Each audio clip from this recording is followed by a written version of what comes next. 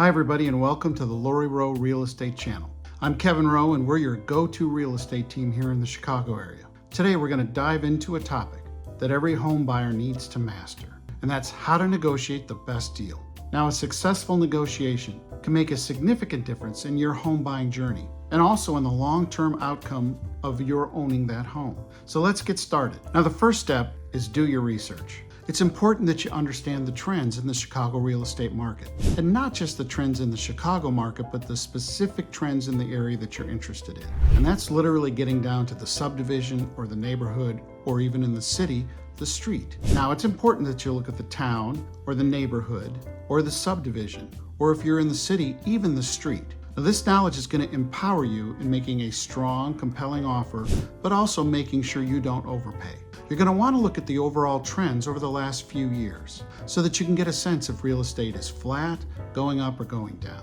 Now, obviously, the subdivision or the neighborhood is the most important aspect in analyzing prices for you to come up with your offer. You'll also want to look at the number of bathrooms, the number of bedrooms, or if it's a ranch or a multi-story home. And if you're having trouble finding something similar in the neighborhood, you can expand the search to go outside the neighborhood, and perhaps you should use the school district as an example of things that would be comparable, even if it's not in the exact same neighborhood. Now, when you're coming up with your final price, you want to look closely at the last 6 months of closed deals in that area. That's what lenders are going to look at.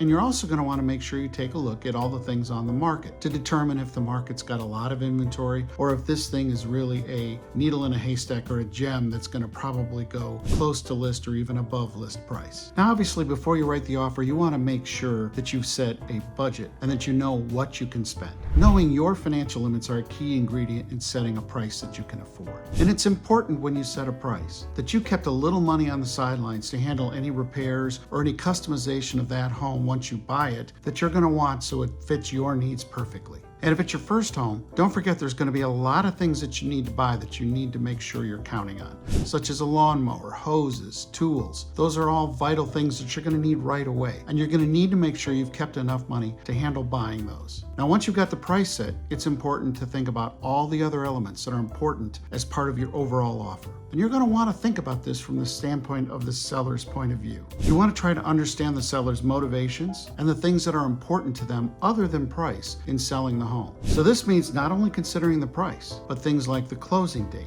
which can have a real impact on the seller's interest in your offer versus someone else's. Also, there's a lot of other contingencies that can be included in your offer, such as a home inspection, attorney's approval, a mortgage contingency, and potentially a home sale contingency if you have a home to sell in order to buy this house. Keep in mind that from the seller's perspective, every one of those things are things that could make the deal go south. So in a very competitive environment, which we've been in for quite some time, you want to make sure that while you're protecting your position, you're also trying to do something that the seller will be interested in taking. So in some competitive situations, you may choose to waive or lessen those contingencies. Keep in mind that if you do, while that helps the deal look more solid to the seller, it puts you more at risk. So you need to balance those things out. Now, once you've submitted your offer, you can expect there to be some back and forth. And this is when you really need to be strategic. Always look at your perspective, but always look at the seller's perspective as well. You should be firm yet respectful, and you need to be prepared to counteroffer. That might be an increase in the price, a change in closing dates, or impacting some of these contingencies that we talked about. So make sure you focus on the deal holistically and not just on the price during this process. At the end of the day, you're trying to accomplish something that's going to satisfy both parties' interests. Now, once you've had a contract accepted, don't think this is the end of the potential negotiations. You're going to have a couple of opportunities here where you may need to renegotiate things. The first of those is likely the home inspection. This is the process where you have a professional come out, look at the home, evaluate it, and their job is to find any defects, health or safety issues, or general maintenance or repair items that need to be corrected.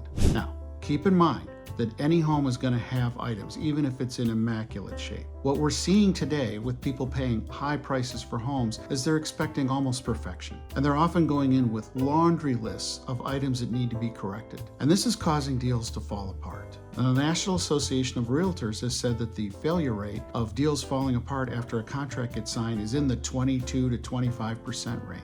So you'll have a chance here to get items fixed or to get credits that could be given to you at closing so that you you can have the money to repair those items. It's important that you strike the right balance between asking for items that are legitimate to ask and asking for items that are picky. The second chance you're going to have is a part of your mortgage contingency. As part of this process, lenders will have a home appraised. If the home, quote, doesn't appraise out, meaning that they don't believe the value of the home is what you offered for it, and therefore they're not willing to give you a mortgage for whatever percentage you're going to finance, let's say it's 80%, you have a couple of options. One is you can put more money down to continue to buy the house so that the amount that they're going to loan you falls within 80% of the value that they believe the house is worth. The other option is to get the seller to negotiate and lower the price, or it could be some combination of those two things. But those are chances you have to effectively renegotiate the price. Now, from the seller's perspective, it's important to know that any items that you notify them of coming from the home inspection that are safety or health issues are going to be things they would by law need to disclose to the next buyer if your deal fell apart. Now, I can't say everybody follows that, but that is the law. Secondly, if a deal falls apart, there's a bit of a taint that gets attached to that deal. Many people who have been looking at that house or will look at that house are going to think that something must be really wrong with the house or that the sellers are difficult. So very often, the best price and the best deals that seller get is that first deal. Keep that in mind, but don't abuse that knowledge. So negotiating the best deal when you're buying a home in Chicago requires preparation, strategy, and a trusted real estate advisor by your side. If you found these tips to be helpful, please like, comment, or subscribe to our channel. Subscribing to our channel is going to make sure that you don't miss any important information that you might find useful in the process of buying or selling a home. If you have any questions or you need assistance, reach out to me or any of the other members of the Rowe team. We're here to help you find your dream home or to sell your home quickly and as painlessly as possible. Thanks for watching, and we'll see you in our next video.